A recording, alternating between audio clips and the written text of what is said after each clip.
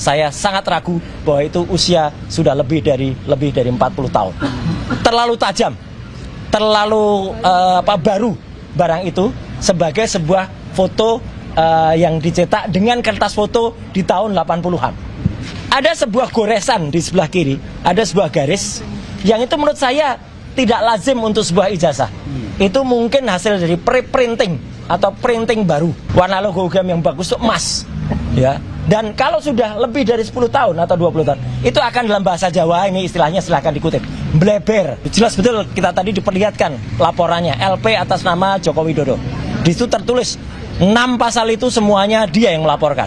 Ya gitu, jahat banget ini. Kalau kata kata cinta kepada Rangga dalam film Ada Apa Dengan Cinta, Jokowi, Cinta 2. Kamu itu jahat, itu jahat banget. Ya gitu. Jadi artinya itulah pasal yang ada. Ya 32, 35 dan tadi kami mempresentasikan di dalam, termasuk yang tadi saya presentasikan di awal dengan judul sebelum kami masuk tadi, bahwa kami tetap kekeh dengan apa yang namanya 99% palsu, itu kalau dalam bahasa saya. Karena di dalam kita tadi juga menyampaikan tentang beberapa hal, misalnya soal-soal perbandingan-perbandingan dan juga tentang kelakuan si Andi Aswan dan lain sebagainya, ya. Tapi itu lain soal, nanti akan kita bahas terus. Kemudian yang kedua, apa yang kami teliti, saya Dr. Rismon dan akan ditambahkan secara detail dan oleh Dr. Tifa, selama ini adalah barang yang kurang lebih sama. Ya gitu, yang kurang lebih sama. Jadi insya Allah hasil dari kami tentang 99,9% palsu itu tidak berubah, tidak bergeser 1 mili pun. Ya, bahkan sampai the last minute kami akhirnya sama seperti klaster 1 tadi dipertunjukkan sebuah barang yang diklaim itu adalah ijazah asli, katanya ijazah analog dari seorang yang namanya Joko Widodo. Saya harus berkata dengan terus terang, saya bukan hanya hobi komputer. Saya adalah seorang tukang potret sejak zaman analog dulu. Saya memotret sejak zaman film seluloid. Dan saya bukan hanya bekerja di lapangan sebagai tukang foto. Saya adalah orang yang juga bekerja di kamar gelap. Jadi saya mengerti bagaimana komposisi kalau misalnya kita pakai fixer, kita pakai pengembang, film itu dicuci, kemudian dicetak, kemudian kertas film apa. Dan untuk pas foto yang tertempel di barang yang disebut ijazah itu, saya dengan lantang dan tegas mengatakan saya sangat ragu bahwa itu usia sudah lebih dari 40 tahun. Terlalu tajam, terlalu baru barang itu sebagai sebuah foto yang dicetak dengan kertas foto di tahun 80-an. Ya, karena kertas foto di tahun 80 itu ada usianya. Bahkan ijazah Dr. Rismon sendiri yang usianya baru sekitar 20 tahunan kira-kira, 23 tahun, itu pun sudah mulai berburam.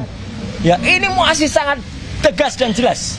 Ya, tidak seperti. Kemudian khusus untuk detail itu, alhamdulillahnya kami meskipun diminta untuk melihat, kami tetap tidak boleh memegang. Ya, kami tidak boleh merasakan. Padahal dia bilang, saya satu lawyernya, saya sudah merasakan itu. Kami tidak boleh megang, bahkan mengintip saja. Untuk melihat ketebalan kertasnya saja tidak boleh. Ya, padahal itu penting sekali. Apalagi memotret. Apalagi memotret, karena kami dalam. Dan tetap ada satu pertanyaan besar. Karena dalam yang disebut-sebut sebagai ijazah itu, ada sebuah goresan di sebelah kiri, ada sebuah garis yang itu menurut saya tidak lazim untuk sebuah ijazah. Itu mungkin hasil dari pre-printing atau printing baru. Ya. Kemudian ada lagi ciri-ciri yang kemudian kami pertanyakan, dan Dr. Rismon akan menambahkan. Logo Universitas Gadjah Mada yang tercetak, sepanjang yang saya tahu, warnanya meleset, tidak seperti itu. Warna logam yang bagus itu emas. Ya. Dan kalau sudah lebih dari 10 tahun atau 20 tahun, itu akan dalam bahasa Jawa, ini istilahnya silahkan dikutip, bleber. Ya, bleber itu apa? Kemudian pecah, mengembang. Karena tinta dulu tidak sebaik tinta sekarang. Ini tidak ada blebernya sama sekali. Jadi kayak di print dengan kualitas tinta baru yang kemudian tuh clear banget.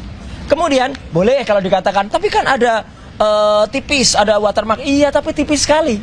Watermarknya tidak seperti watermark yang biasa ada di ijazah UGM. Embossnya juga tidak. Saya mau memegang embossnya nggak boleh. Padahal kalau emboss yang kita pegang, kita akan bisa tahu itu emboss beneran atau citra atau gambar. seolah-olah emboss. Kan banyak itu. Tegel-tegel sekarang banyak yang di print seolah-olah emboss, tapi tidak kan. Nah, kemudian nanti mungkin Dr. Respon yang akan menerangkan kalau ada keanehan juga. Karena dalam ijazah itu juga kan ada 2 tipe pencetakan. Logo dulu baru tulisan, atau tulisan dulu baru logo. Yang jelas pada ijazah yang ditunjukkan tadi tetap berbeda dengan contoh atau perbandingan ijazah yang lainnya. Yang lainnya di sini adalah tulisan dulu baru logo.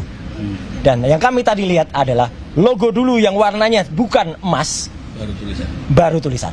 Jadi sekali lagi, dengan insya Allah dengan pengetahuan teknologi, bukan hanya soal komputer dan forensik, ini bukan forensik, ini naloh. Saya tukang potret, saya adalah ketua klub foto, ya, saya adalah ketua klub foto Publisia Foto Club di UGM tahun 90. Saya adalah wakil ketua FPSI, Federasi Perkumpulan Seni Foto Indonesia, tahun 2000-an, di mana FPSI itu anggotanya ada klub foto yang lain. Darwis pun dulu anggota saya. Sekali lagi, Darwis Triadi pun dulu anggota saya. Ya, dalam FPSI, Federasi Perkumpulan Seni Foto Indonesia, yang saya dulu adalah wakil ketua umum dari HISWA, Himpunan Seni Foto Amatir Yogyakarta. Jadi saya memotret dengan analog, saya mencetak dengan analog, dan saya sekali lagi tetap 99% tetap meragukan bahwa itu adalah yang disebut ijazah asli. Saya kira dari saya statementnya itu dulu. Ya, oke. Ya. Mbak Tifa kali. Ya. Saya dulu. Mbak Tifa dulu atau iya? Dokter Risma dulu. Tifa juga mungkin biar ada variasi. Oh iya. Silakan. Di tengah boleh? Oh, di tengah. Tukeran. RTR. Ya, silakan dong. Ya, bismillahirrahmanirrahim. Assalamualaikum warahmatullahi wabarakatuh. Ya, saya memberikan perspektif yang berbeda ya. Jadi begini, ijazah Joko Widodo ini hanya satu dari 700 dokumen yang diperiksa oleh yang disita oleh Polda Metro Jaya, yang merupakan serangkaian dokumen yang untuk melakukan kemudian kami jadi tersangka ya. Nah, ada beberapa dokumen yang sangat penting yang baru ini juga diberikan klarifikasi oleh Rektor UGM ya, dan sebelumnya juga oleh mantan Rektor UGM Profesor Sofian Effendi, dan sebelumnya lagi Bareskrim waktu presentasi gelar perkara di tanggal 22 Mei 2025 pun juga menyampaikan satu fakta menurut mereka yang sangat penting, yaitu bahwa Joko Widodo ini bukan entry masuk ke Universitas Gadjah Mada itu dari sarjana, dari strata 1, tapi dari sarjana muda. Dan tadi yang kami diskusikan juga soal transkrip. Ini adalah dokumen kedua yang sangat penting. Ya, sebagaimana yang kita semua lihat bahwa transkrip nilai Joko Widodo yang disampaikan oleh Bareskrim itu transkrip nilai yang cacat karena tidak lengkap dan tidak sesuai dengan transkrip nilai dari Fakultas Kehutanan UGM di era tahun 1985. Kebetulan kami bertiga punya spesimen transkrip nilai Fakultas Kehutanan UGM keluaran tahun 1985 yang sangat berbeda dengan transkrip nilai yang disita oleh kepolisian ya, dan ini bisa kami buktikan nanti bahwa transkrip nilai keduanya itu betul-betul sangat berbeda. Nah, kalau transkrip nilai asli itu sangat bagus, sempurna ya, lengkap dengan tanda tangan dari dekan dan pembantu dekan 1 dari Fakultas Kehutanan UGM. Sedangkan transkrip nilai Joko Widodo sama sekali tidak lengkap. Angka-angka nilai pun juga ditulis dengan tulisan tangan, dan itu sama sekali tidak lazim untuk lulusan sarjana di Fakultas Kehutanan UGM tahun 1985, karena seharusnya angka tersebut dicetak dengan mesin ketik manual ya. Dan yang paling penting lagi adalah bahwa transkrip nilai Joko Widodo tidak ada tanda tangan dari dekan dan pembantu dekan 1, sedangkan transkrip nilai asli tahun 1985 ada tanda tangan dekan dan tanda tangan pembantu dekan 1. Itu yang bisa saya sampaikan, dan selebihnya berbagai macam diskusi yang tadi yang 6 jam ya tadi kami jalani. Kami berterima kasih ya kepada Polda Metro Jaya karena suasananya sangat baik ya, diskusinya berjalan dengan bagus ya, santai, dan kami diberikan kesempatan yang sangat luang untuk menyampaikan berbagai macam keterangan maupun pertanyaan. ini sangat berbeda situasinya dengan gelar perkara khusus di tanggal 9 Juli 2025 di Bareskrim. Jauh sekali ya. Jadi kami appreciate dengan Polda Metro Jaya Ya. karena menyelenggarakan gelar perkara khusus yang jauh lebih bagus, jauh lebih berkualitas dan jauh lebih memuaskan bagi kami. Karena kami bisa memberikan penjelasan yang sangat luas ya pada forum tersebut. Ya, itu yang bisa saya berikan.